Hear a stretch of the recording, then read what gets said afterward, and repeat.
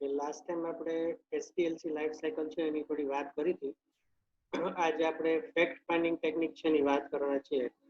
એસટીએલસી ના analysis phase છે એની અંદર આપણે થોડી વાત કરી હતી કે એનાલિસ્ટ છે એ અલગ અલગ મેથડ છે ત્યાંથી ઇન્ફોર્મેશન છે ને એને ગેધર કરવાની ટ્રાય કરશે. એમાં સૌથી અગત્યની કોઈ વસ્તુ હોય તો એક આ ફેક્ટ ફાઇન્ડિંગ ટેકનિક છે, જેમાં આપણે અલગ અલગ મેથડ છે ને લર્ન આઉટ કરવાના છીએ. So let us check what is fact finding techniques are. To study the system, the analysts need to be collect facts and all relevant information. જો ઇન્ફોર્મેશન મેળવી પણ સાચી મેળવવી ને બહુ અગત્યની છે. ઇન્ફોર્મેશન મળી જાય પણ ખોટી મળે તો આખું એ લોકોનું ટાસ્ક છે ને એ આખું વાઇપ આઉટ થઈ જાય, એટલે કે પછી ખરાબ થઈ જાય, એનો કોઈ મિનિંગ જ નથી, ટાઈમ વેસ્ટ પ્રોસેસ જેવું થઈ જાય. The success of any project depends upon the accuracy of available data. આપણે બહુ શરૂઆતમાં આ બે વસ્તુ છે ને એની વાત કરી હતી. ડેટા અને ઇન્ફોર્મેશન બે વસ્તુ છે ને જુદી છે. ડેટા છે ને એમાં મારું નામ, તમારું એડ્રેસ ને કોકનો ફોન નંબર હોય, પણ ઇન્ફોર્મેશનની જ્યારે વાત આવે ને એમાં મારું જ નામ, મારું જ એડ્રેસ અને મારો જ ફોન નંબર હોય. એટલે આપણે ડેટા મેળવવાના છે, પછી માની લો કે ડેટા મેળવીને આપણે એને ઇન્ફોર્મેશનમાં કન્વર્ટ કરવાના. ટ્રાય મેક્સિમમ એવી કરવાની કે આપણને ઇન્ફોર્મેશન જ મળે, પણ સપોઝ ડેટા મળે તો તમારે એને મિનિંગફુલ ઇન્ફોર્મેશનમાં કન્વર્ટ કરવાના. Accurate information can be collected with the help of certain method or techniques. These specific method for finding information of the system are called fact finding techniques. જે technique છે એનાથી તમે સાચી માહિતી છે એને ગેધર કરો છો, બરાબર, જે ખરેખર તમારા સોફ્ટવેર છે એની અંદર બહુ જ ઇમ્પોર્ટન્ટ છે. આ વસ્તુ છે ને ફેક્ટ ફાઇન્ડિંગ ટેકનિક્સ કહેવાય. હવે કેટલી આવે છે ને આપણે ચેકઆઉટ કરીએ. હવે પહેલી જ છે એમાં interview. This method is used to collect information from groups or individuals. Mostly individual હોય છે, ગ્રુપ ઓછું હોય છે. એટલે સામે કોઈ પણ વ્યક્તિ છે, માની લો કે તમને એવું લાગે કે આ વ્યક્તિ પાસેથી આપણને વધારે ઇન્ફોર્મેશન મળે એવું છે, તો એ વ્યક્તિ સાથે એના એક્યુરેટ ટાઈમે તમે એની સાથે બેસીને એની સાથે બધું ડિસ્કસ કરીને જે તમારે ડિટેલ જોઈએ છે એ બધી ડિટેલ છે એ તમારે ડિફાઇન કરીને એની પાસેથી મેળવી લેવી પડે. ઇન્ટરવ્યુ ડિફાઇન કરતા પહેલા એનાલિસ્ટ પાસે બહુ ક્લિયર હોવું જોઈએ કે એને ખરેખર શું પૂછવાનું છે. ઇન શોર્ટ, ક્વેશ્ચનરી તૈયાર હોવી જોઈએ. આગળ એવી પણ એક બીજી ટેકનિક આવવાની છે, પણ ઇન્ટરવ્યુ કરતી વખતે પણ તમારી પાસે અમુક ક્વેશ્ચન્સ જો તૈયાર હોય તો એ તમને બહુ હેલ્પફુલ થશે. Analysts select the people who are related with the system for the interview. જેના માટે સોફ્ટવેર બનાવે છે એવી જ વ્યક્તિ છે એને ઇન્ટરવ્યુ માટે સિલેક્ટ કરશે કે જે ખરેખર સોફ્ટવેરનો યુઝ કરવાનો છે, અથવા અત્યારે કોઈ જૂનો સોફ્ટવેર હોય એને વાપરતો હોય, અથવા માની લો કે પેપર વર્ક કરતો હોય એવી વ્યક્તિ છે એના ઇન્ટરવ્યુ કલેક્ટ કરશે. In this method, analyst sits face to face with the people and record their response about the system. જે લોકો અત્યારે જૂની સિસ્ટમ કદાચ વાપરતા હોય અથવા જે વર્ક જેનાથી કરે છે એની પણ બધી ડિટેલ આઈડેન્ટિફાઈ કરશે, પ્લસ એની કોઈ વધારાની રિક્વાયરમેન્ટ હશે એ પણ વસ્તુ આઈડેન્ટિફાઈ કરશે. The interviewer must plan in advance for the type of question he or she is going to ask and should be ready to answer any type of question, vice versa future. Interviewer જે છે એને ખરેખર બધા questions prepare કરીને જવાના છે, એના answer છે એની પાસેથી લેવાના છે, પ્લસ એવું પણ બને કે ઇન બિટવીન કંઈક આન્સર આપતો ને તમારા મનમાં નવા ક્વેશ્ચન્સ આવે એ પણ તમારે પૂછવાના. એ લોકો કંઈક ક્વેશ્ચન્સ પૂછે એના પણ આન્સર છે એ એનાલિસ્ટ છે એના માઇન્ડમાં ફિટ રાખવાના છે કે કોઈ પણ ટાઈપનો ક્વેશ્ચન આવે તો આપણે એનો આન્સર દેવા માટે રેડી રહેશું.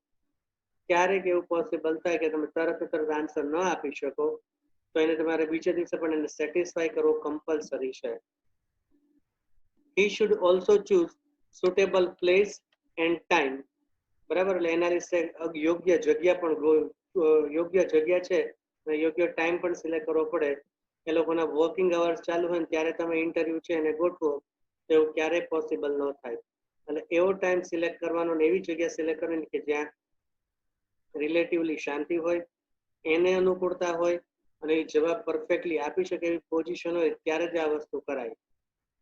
There are two subcategories of interview, બે પાર્ટમાં. Structure and અનસ્ટ્રક્ચર. હવે સ્ટ્રક્ચરમાં શું થાય છે જોઈ લઈએ. Structure interview is more formal interview where fix question are asked and specific information is collected. Structure એટલે પ્રી ડિફાઇન. બરાબર, તમે 25 ક્વેશ્ચનનું લિસ્ટ છે એ બનાવીને ગયા હોય તો તમારે 25 ક્વેશ્ચન પૂછવાના છે, 26મો પૂછવાનો નથી. That is known as a structure. Pre define question, pre define answer, તમે જે એક્સપેક્ટ કરો છો એની પાસેથી એ આન્સર તમારે નોટ ડાઉન કરવાનો છે. નાવ અનસ્ટ્રક્ચર. સોફ્ટવેર છે ને એને વાઇઝ બધું અલગ અલગ હોઈ શકે. અમુક સોફ્ટવેરમાં તમે સ્ટ્રક્ચર ચલાવો તો ચાલે, પણ ઘણી વાર એવું બને કે તમારે અનસ્ટ્રક્ચર ફોર્મેટ છે ને એનો પણ યુઝ કરવો પડે. Unstructured interview is more or less like a casual conversation where in-depth area topics are covered and other information apart from the topic may also be obtained. ટૂંકમાં એક ફોર્મલ બે વ્યક્તિ કેવી સરસ રીતે વાત કરતા હોય છે એવી જ રીતે તમારે વાતો કરવાની છે ને એ જ વાતોમાં ઇન બિટવીન તમારે અમુક ક્વેશ્ચન્સ છે એ પૂછવાના છે. તમારો જે ઇન્ટેન્સ છે ને એ કવર અપ થઈ જવો જોઈએ. એટલે સામે બેઠેલી વ્યક્તિ છે એને એવું ન લાગે કે પ્યોરલી એને ઇન્ટરવ્યુના જે ક્વેશ્ચન છે એના જ આન્સર આપવાના છે, પણ સાથે કંઈક હળવો વાર્તાલાપ છે એ પણ તમે કરી શકો અને તમારે જેટલી ઇન્ફોર્મેશન જોઈએ છે એ ઇન્ફોર્મેશન તમે ગેટ આઉટ કરી શકો. Technique number 2, ક્વેશ્ચનરી. This is the technique used to extract, કાઢવાની information, to get information from number of people. આ મે બી 10 હોય, મે બી 100 હોય, મે બી 1000 હોય. ગમે તેટલા ક્વેશ્ચન ગમે તેટલા પીપલ હોય એને તમારે એક પ્રી ડિફાઇન ક્વેશ્ચનરી આપવાની છે અને લોકો એ ક્વેશ્ચનરી છે એ ફિલઅપ કરશે. આમાં કેટલી બધી વસ્તુમાં પોસિબિલિટીઝ આવશે અને આપણે ચેકઆઉટ કરીએ આગળ. The questionnaire consists of series of questions framed together in a logical manner. એક પ્રી ડિફાઇન્ડ ફોર્મેટની અંદર તમને ક્વેશ્ચન્સ છે એ આપવામાં આવે.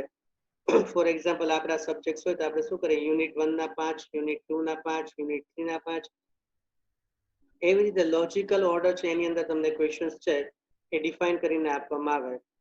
The questions are simple, clear and to the point. આ બહુ જ અગત્યનું છે. જ્યારે ક્વેશ્ચનરી ટેકનિકનો તમે યુઝ કરતા હોય ને તો ક્વેશ્ચન્સની લેંગ્વેજ છે ને એવી યુઝ કરવાની કે કોઈ પણ વ્યક્તિ ક્વેશ્ચન વાંચે તો એને ક્વેશ્ચનનો મિનિંગ ખબર પડી જાય કે મને આ પૂછવા માંગે છે. ઘણી વાર એવું થાય ક્વેશ્ચન્સ છે એની અંદર તમે અમુક વર્ડ્સ એવા ટિપિકલ મૂકો કે લોકો છે ને ખબર જ ન પડે, પછી જે તે ટીક કરીને વયા જાય.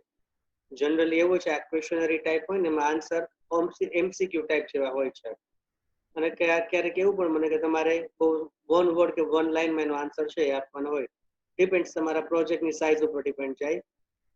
The questionnaire can be mailed or sent to people by the post. આ પણ છે. જે લોકો પીએચડી કરતા હોય છે ને એ લોકો અત્યારે આ વસ્તુ છે ને એનો મેક્સિમમ યુઝ કરે છે. આને ડેટા કલેક્શન ટેકનિક કહેવાય છે. જ્યારે તમારે વાઇડ રેન્જ ઓફ ડેટા છે ને કલેક્ટ કરીને એના ઉપર એનાલિસિસ કરવાનું હોય ત્યારે બધા પીએચડી એ લોકો જે લોકો કરતા હોય ને એ લોકો શું કરે, તમને અમુક 20-25 ક્વેશ્ચન છે એને મેલ કરે અથવા તમને પોસ્ટથી મોકલે. હવે તો મેલ જ આવે છે, પોસ્ટ વયા ગયા. એના તમારે ક્વેશ્ચન છે એના આન્સર તમારે પ્રી ડિફાઇન ટાઈમમાં કે 2-4 દિવસમાં આપીને પાછો તમારે મેલ સેન્ડ કરવાનો. સેમ વસ્તુ અહીંયા છે. એનાલિસ્ટ છે એ પ્રી ડિફાઇન ક્વેશ્ચન્સ છે એ તમને મેલ કરશે. તમારી અનુકૂળતા એ તમારે વિધિન 2 or 4 days કે જે ટાઈમ ફ્રેમ નક્કી કરી હોય એમાં તમારી ક્વેશ્ચન છે ને એના આન્સર આપી દેવાના. Questionnaire could be open ended or close questionnaires. હવે આ બે શું છે જોજો. Open-ended questionnaire are used to learn feelings, opinions, general experience on process detail or problem. હવે open-ended questionnaire માં શું હોય જો કે તમારી ફિલિંગ શું છે, તમારા ઓપિનિયન શું છે, આવી બધું છે એ વસ્તુની વાત આવે ત્યારે આપણે open-ended questionnaire છે ને એનો યુઝ કરવાનો. Question are answer in their own words. લોકો પોતાની રીતે જવાબ આપે. હમણાં મેં તમને વાત કરી કે બે રીતની ક્વેશ્ચનરી હોય. એક એમસીક્યુ ટાઈપ હોય, એક વન વર્ડ હોય, અથવા તમે વન સેન્ટેન્સમાં એનો આન્સર આપ્યો હતો. એટલે ઓપન એન્ડેડ છે ને એ કેવું થયું, વન વર્ડ ઓર વન સેન્ટેન્સ જેવું. લોકોને જે કેવું છે ને કહેવા દો, ક્વેશ્ચન તમારો, આન્સર એ લોકોનો. Where as in closed questionnaire a set of prescribed answer are used and specific response have to be selected. Close ક્વેશ્ચનરીમાં શું હોય, એમસીક્યુ ટાઈપ પ્યોર જ. તમને 4 આન્સર ક્વેશ્ચન આપ્યો હોય, નીચે 4 ઓપ્શન આપ્યા હોય, તમે એક ઓપ્શન છે એને સિલેક્ટ કરો, અને આગળ વધો. That is close. એટલે બંને ટાઈપની ક્વેશ્ચનરી તમને જે લાગે સુટેબલ, કદાચ બંનેની સુટેબિલિટી લાગે તો બંને પણ તમે કરી શકો. ટૂંકમાં આપણો ઇન્ટેન્સ એવો છે કે આપણી પાસે જે ઇન્ફોર્મેશન આવે ને એ સાચી આવે. That's all. Now number 3, record review. આ પણ બહુ અગત્યની છે. Basic records like report, bills, policy, manuals, regulations, standard operation procedure, etc. can be used for better understanding of the system. અત્યારે એ લોકો કેવી રીતે કામ કરે છે ને એની બધી જ ડિટેલ તમારે અહીંથી ગેટઅપ કરવાની છે. માની લો કે બેન્કિંગ સોફ્ટવેર આજથી 20 વર્ષ પહેલાની વાત કરો તો બેંકમાં કમ્પ્યુટર્સ નહોતા, તો એ લોકો શું કરતા હતા, ચોપડા બધું નોટ ડાઉન કરે. તમે જાઓ ને આજનું જે તારીખ હોય એમાં તો કે XYZ વ્યક્તિ એને 5,000 ઉપાડ્યા અને સાઈન. પછી નેક્સ્ટ IJK નામની વ્યક્તિ એને 7,000 ડિપોઝિટ કર્યા અને પછી જ્યારે તમારે અનુકૂળતા તમે તમારી પાસબુક લઈને જાઓ ને પછી એમાં એન્ટ્રી પડે ત્યારે તમને ખબર પડે. બરાબર? તો ત્યારે બહુ એવા કમ્પ્યુટર નહોતા, એ લોકો શું કરતા હતા, આવા ચોપડા મેન્ટેન કરતા હતા. હવે જ્યારે કમ્પ્યુટર ઓરિએન્ટેડ સોફ્ટવેર છે એ ક્રિએટ થયો હશે ત્યારે આપણા બધાની માહિતી એ બધા ચોપડામાં હશે. એટલે જે સોફ્ટવેર બનાવેલી કંપની હશે ને એને શું કર્યું હશે, આ બધા જૂના ચોપડા છે એની ડિટેલ લીધી હશે, એમાંથી જેટલી ઇન્ફોર્મેશન છે એ લાગુ પડતી હોય એટલી એપ્લાય કરી હોય, એની પોલિસીઝ હોય, એના રેગ્યુલેશન્સ હોય, ટૂંકમાં નિયમો બધા જ એના સોફ્ટવેર છે ને એની અંદર એ એપ્લાય કરશે. એટલે રેકોર્ડ રિવ્યુ છે એ જ્યારે તમે કોઈ મોટી સિસ્ટમ ડેવલપ કરતા હોય ને ત્યારે તમને બહુ હેલ્પફુલ થાય. The information related to the system is published in a source like newspaper, magazine, journals, document, etc.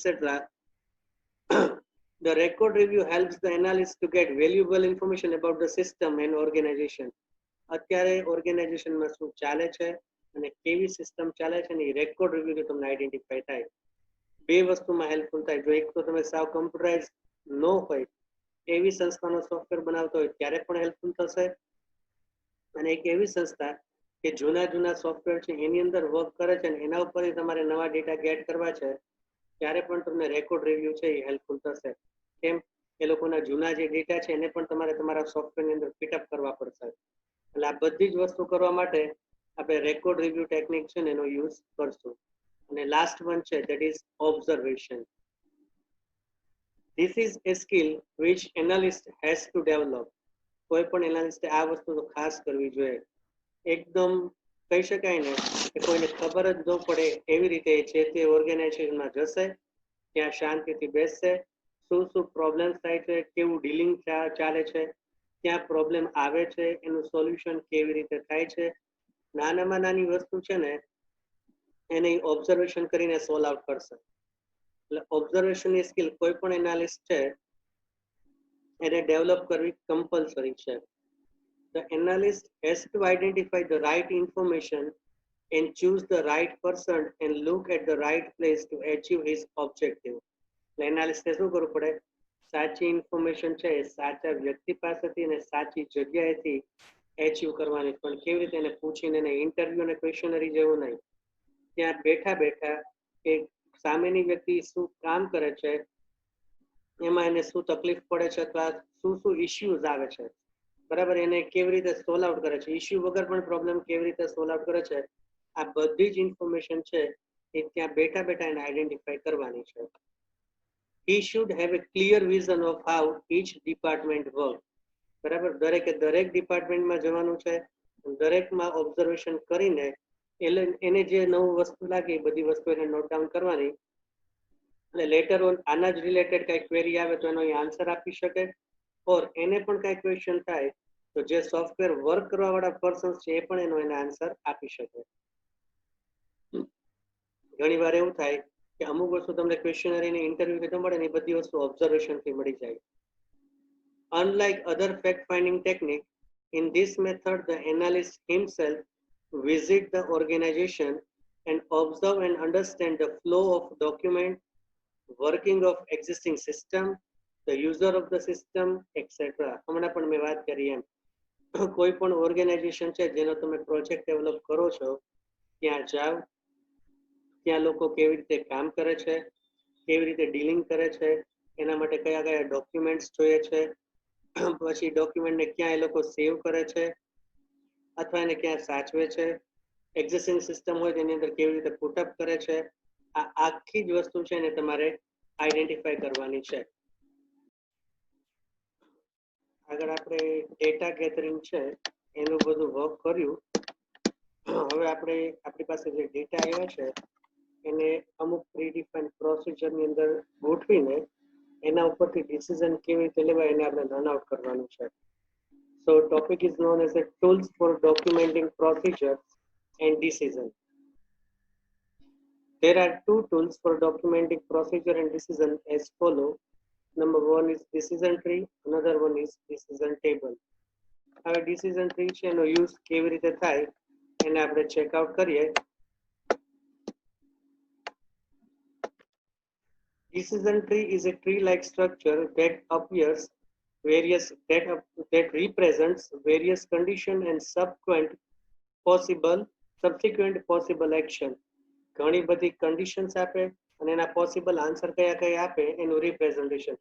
આમ generally tree ની વાત આવે ને તો આપણા મગજમાં આમ ફિગર આવે, પણ અત્યારે આપણે જે એક્ઝામ્પલ જોશું ને એક્ઝામ્પલ આમ જોવાના છે.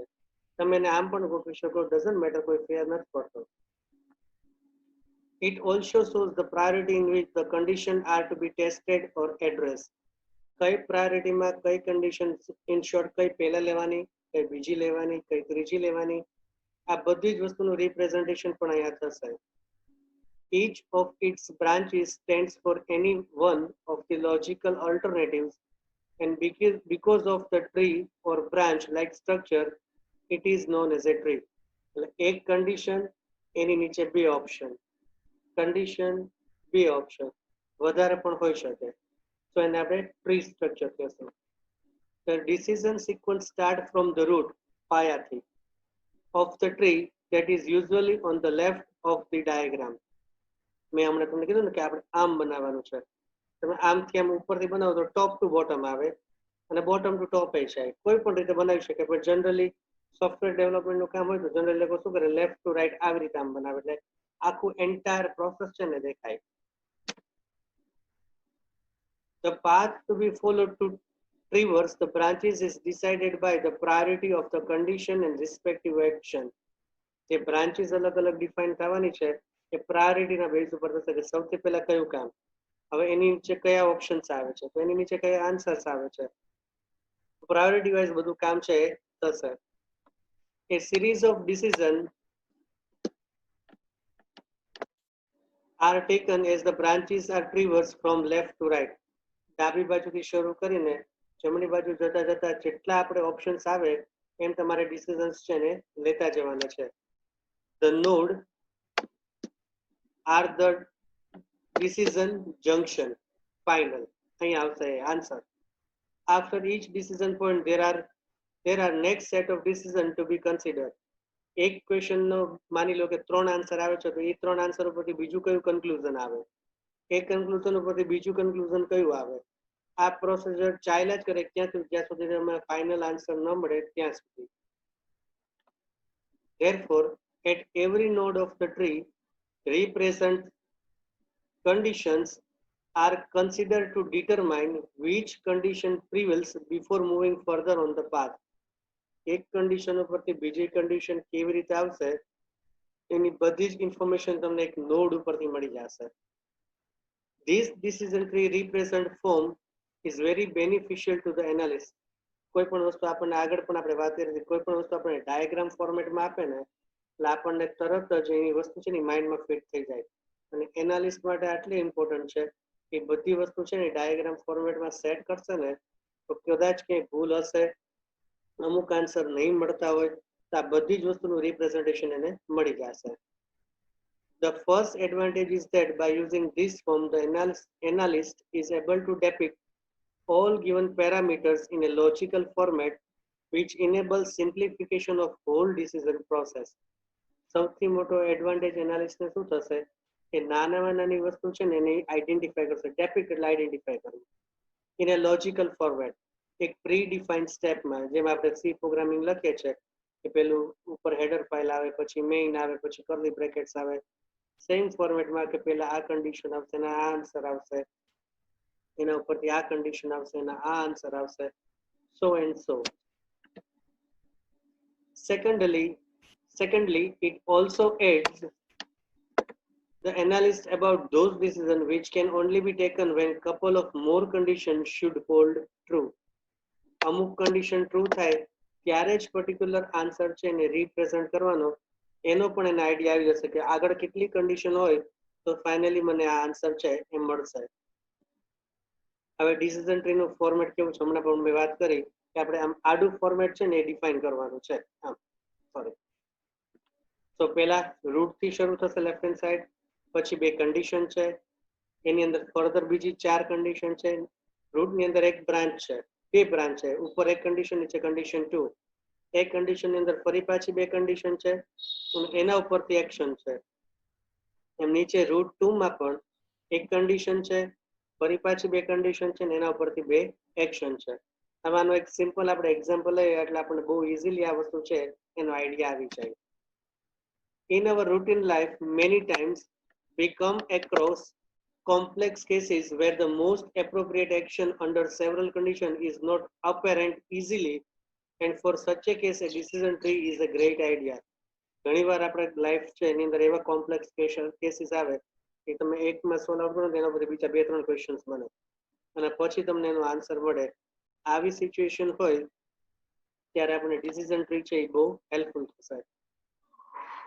Hence, this representation is very effective in describing business problem involving more than one dimension and parameters. ત્યારે તમારી પાસે એક કરતા વધારે ઓપ્શન્સ હોય અને વધારે આન્સર્સ પણ હોય ત્યારે આ વસ્તુ છે એટલે કે ડિસિઝન ટ્રી આપણને બહુ હેલ્પફુલ થશે. Now consider an example of the discount policy of a manufacturer for his customer. ચાલો એક એક્ઝામ્પલ ચેકઆઉટ કરીએ. એક મેન્યુફેક્ચરર છે ને કસ્ટમરને કેવી ડિસ્કાઉન્ટ પોલિસી છે એ આપે છે. According to the policy, manufacturer give discount to his customer based on type of customer and size of order. Customer કઈ ટાઈપનો છે અને એનો ઓર્ડર કેટલો છે એના બેઝ ઉપર એ આખી વસ્તુનું રિપ્રેઝન્ટેશન છે એ આપણે ડાયાગ્રામ ફોર્મમાં લખ્યું છે. ઇન શોર્ટ, કયા કસ્ટમરને કેટલું ડિસ્કાઉન્ટ આપવાનું છે. અહીંયા આપણી પાસે ડિસ્કાઉન્ટ પોલિસી છે. ડિસ્કાઉન્ટ પોલિસી કેવું છે તો રિટેલર અને હોલસેલર બંને માટે ડિસ્કાઉન્ટ પોલિસી અવેલેબલ છે. જો રિટેલરની આપણે વાત કરીએ તો રિટેલર 12 કરતા વધારે બોક્સ પરચેસ કરે તો એને 30% ડિસ્કાઉન્ટ છે એ આપવાનું છે. 12 અથવા 12 કરતા ઓછા પરચેસ કરે તો એને કોઈ ડિસ્કાઉન્ટ આપવાનું નથી. હવે વાત થાય હોલસેલરની. જો કોઈ હોલસેલર છે એ 100 કરતા વધારે આઈટમ અથવા આપણે એને બોક્સ પણ કહી શકીએ કે બોક્સ છે ને પરચેસ કરે તો એને 50% ડિસ્કાઉન્ટ આપવાનું. એવી જ રીતે હોલસેલર છે એ 50 કરતા વધારે પણ 100 અથવા 100 કરતા ઓછા એટલા બોક્સ લે તો 30%. એવી રીતે 25 કરતા વધારે પણ 50 અથવા 50 કરતા ઓછા તો 20%. અને 25 અથવા 25 કરતા ઓછા બોક્સ લે છે તો એને આપણે કોઈ પણ ટાઈપનું ડિસ્કાઉન્ટ છે એ